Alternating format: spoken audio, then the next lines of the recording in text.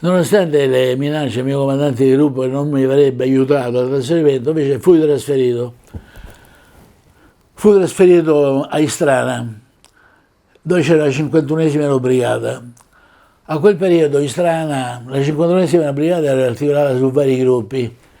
No, non erano ancora arrivati i 104, c'erano su F-86K e G91. C'erano 3 gruppi su F-86K e 2 gruppi su G91.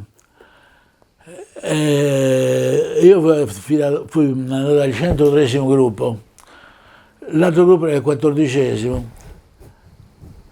Arrivato lì a Istrana, io fui subito sottoposto, cioè questo viene dai pesanti, che pilota sarà? Perché c'era la solita chiede ai pesanti, non vale niente, e mi mettono in volo con una delle figure carismatiche della 53esima brigata, il capitano Biron. Biron, andiamo in volo sul T-33 e io dicevo, fa quel che ti vuol.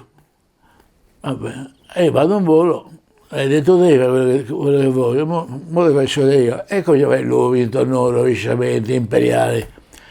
Dopo una ventina di minuti il poveretto si dice, basta, go capì, orsti, chi te vuol coparmi? Andiamo in terra, non gliela faccio più. E abbiamo preparato solo Veneto. Arrivano a terra e il comandante del reparto, con un occhio in terra, dice, ma come va sto pollo? E quello Biron fa, e me gaspacando.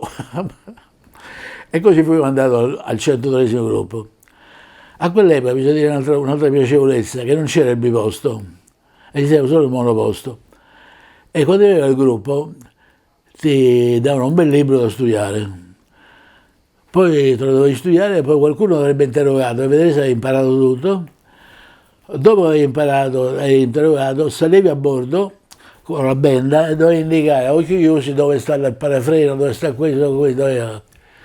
Fatto tutta questa manfrina, un ufficiale di sicurezza volo, ti vestivi come per andare in guerra, tu il casco, e facevi un rullaggio veloce. Rullaggio veloce fino alla VR.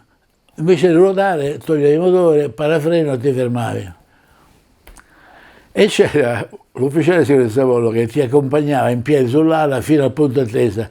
Lì ti diceva quello che dovevi fare. Lì c'era il povero Mario Lusso, mi ricordo ancora, che era ufficiale della sicurezza volo. Arriviamo poi lì al punto attesa, lui scende e io faccio questo rullaggio veloce e il giorno dopo automaticamente, oggi fai il decollo. Faccio il decollo seguito da un altro aeroplano che avviene dietro di me a 6 secondi. I 6 secondi erano fatidici perché decollando in fila indiana bisogna far passare 6 secondi dal movimento del primo per evitare che la scia turbolenta andasse a finire sull'ala del gregario successivo. Per cui 6 secondi e poi partire il secondo. Parto io dal primo volo da solista e su San Donati di Piave si mette in copia il mio controllore e mi comincia a dare le istruzioni generali. Saliamo a 15.000 piedi, mi fa accelerazione fino al punto 97 di Mach, accelero fino al 97 di Mach, decelerazione fino a velocità di stallo pulito, faccio lo stallo pulito, lo rimetto per 2000 piedi, poi di nuovo 15.000 piedi, stallo in configurazione atterraggio, flap, carrello fuori, tutto quanto, stallo, rimetto tutto esce dallo stallo, perdo 5.000 piedi. C-91 era un aeroplanino meraviglioso, si pilotava col pensiero, se pensavo di fare una cosa già il G91 lo faceva, però c'era l'inconveniente, c'era un difetto che a bassa velocità pareva che stallasse da un momento all'altro, era molto danaso, ma in volo fra i 250 e i 450 nodi era un gioiello, era meraviglioso pilotarlo. E infatti non per niente l'ha preso anche la pattuglia acrobatica. Quindi fatti queste prove, il primo volo mi fa, tu dovevi stare a sinistra o a destra, ma sto a destra, vieni alla destra. Mi metti nella destra, io facciamo fare il looping e torno, questo è il primo volo, looping e torno, informazione. Cioè adesso andiamo all'atterraggio, atterriamo in strana perché la pista è più lunga. In atterraggio devi tenere 150 nodi, vabbè. Io comincio a fare tutte quante le procedure, ma sotto 170 nodi cominciava una certa strizza. Devi ridurre la velocità, atterro più veloce, ma la pista di strana è lunga, mi fermo, poi atterra il mio no, guarda, devi atterrare a 160 nodi, no, a 150 nodi, non a 160, non Treviso non atterri, perché la pista di Treviso era molto più corta, Sant'Angelo, adesso non so se l'hanno allungata, ma con l'epoca ci eravamo giusti, se l'atterravi alla velocità giusta, devi tenere 150 nodi, assolutamente, non un nodo di più. Facciamo qualche altro atterraggio lui a Istrana e poi andiamo a atterrare a Treviso. E lì mi hanno fatto il segno della croce, se gli altri atterrano a 150 nodi, devo portare la velocità a 150 nodi anch'io. E soffrendo, perché stare là non sembrava installasse da un momento all'altro, porto la velocità a 150 nodi, faccio il mio bravo finale, e visto che l'aeroplano si pilota benissimo, anche quella a bassa velocità, tocco terra, parafreno e l'aeroplano, bravo, complimenti, e così cominciò l'addestramento sul Gino Antuono. Il bello è venuto dopo, che come al solito chi veniva dai pesanti era da dove scontato che fosse una scarpa. E quando ho cominciato le qualifiche, hanno cominciato subito a spaventarmi. Guarda, qui prendere le qualifiche non è facile. Per il Napalm devi stare attento, guarda, per il mitragliamento a basso angolo, guarda, ti balzano 10-12 missioni prima che ti qualifichi. Poi il Napalm devi stare attento, non c'è un mirino, insomma. Prima missione a fuoco, ognuno mi consigliava qualcosa di diverso per il Napalm, di mettere mezzo diametro sopra, un diametro sotto, quando vai a 3/4 metti il pipper, devi stare a questo. Ho capito, io solo per le cose semplici non ci ho capito niente, allora faccio le cose. Io quando vedo il cerchio del collivatore che batte la base del bersaglio sgancio con quel settaggio di abbassamento di abbassamento del mirino. Se va lunga, corta o centro, poi mi regolo. La cosa che mi è da dire, il primo passaggio al Napalm con le bombe, io uso questa regola casarescia, molto comoda, io vedo la base del cerchio sulla base del sgancio, bomba buona al volo, è il colmo della qualifica, prende il bersaglio al volo. Secondo passaggio, no, funziona, la stessa scena, bomba buona al volo.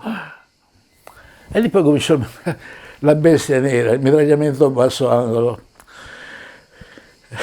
Mi avevano terrorizzato, dice, guarda, i bravi hanno messo 8 missioni, 10, ma vedete, ce ne hanno anche 11 o 12, prima riesce a mettere il 25% dei colpi del bersaglio.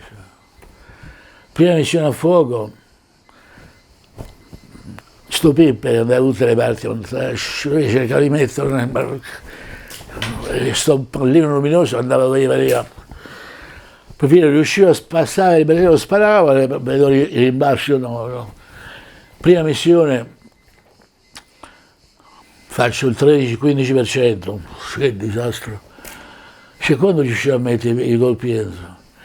Allora io mi ricordo la scena, io a sentire i risultati del il numero 4, 16%, 17%, invece del 25%.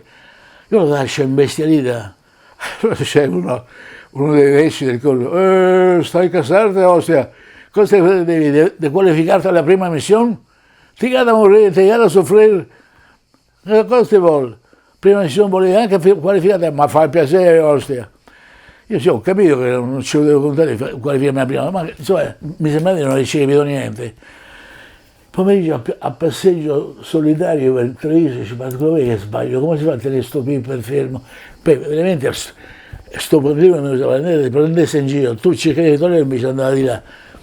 Era una cosa davanti e non riuscivo.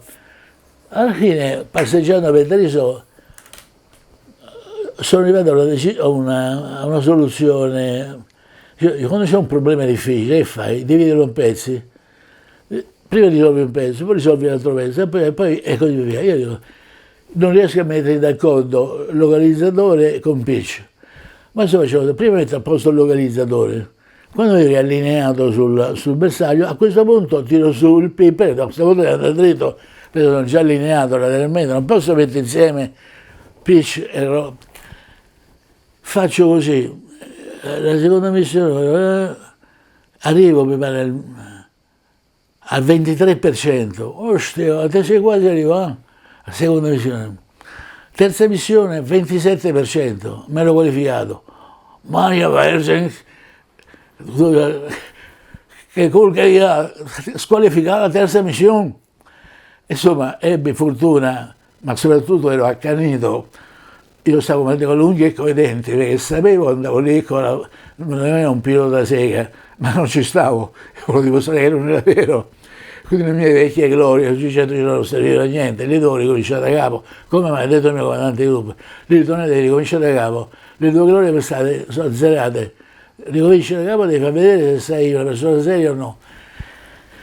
Così poi finì anche le altre qualifiche, bombardamento alto angolo era pure, anche lì, la prima missione le bombe sono a passeggio alla pianura padana, che non so, perché anche il collimatore, aumentando la depressione, con i volontari oscillavano con delle ollissime, per cui cercare di mettere il piper, poi alla fine anche lì come il trucco, e le bombe sono andate giuste. Le prime due bombe mandate sono andate a passeggio per la pianura padana.